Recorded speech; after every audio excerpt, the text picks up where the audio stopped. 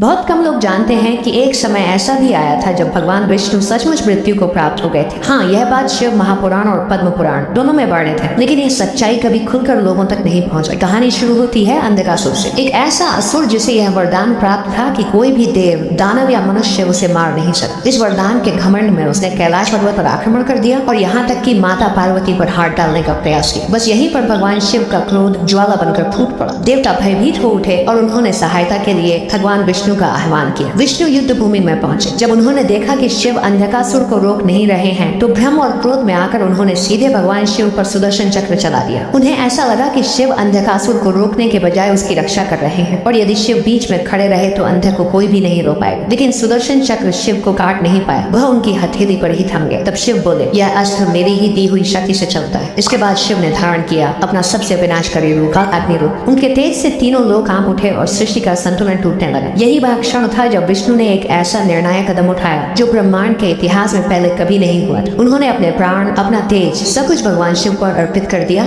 और उसी क्षण विष्णु देह रूप में लीन हो गए। पुराणों में इसे मृत्यु इसलिए कहा गया है क्योंकि शिव में विलीन होना देह के लय के समान माना गया है और यह अवस्था मृत्यु तुल्य कही जाती है। देवता विलाप करने लगे क्योंकि सृष्टि का रक्षक स्वयं लुप्त हो चुका था। लेकिन कुछ ही क्षणों बाद जब शिव शांत हुए तो उन्होंने अपने हृदय से विष्णु को पुनः प्रकट किया, उन्हें पुनर्जीवित किया। यही घटना इतिहास में हरिहर एकत्व के नाम से जानी जाती है, जो महादेव और विष्णु दोनों को समान भाव से मानते हैं। वे कमेंट में जरूर लिखें, हर हर महादेव और जय श्री विष्णु।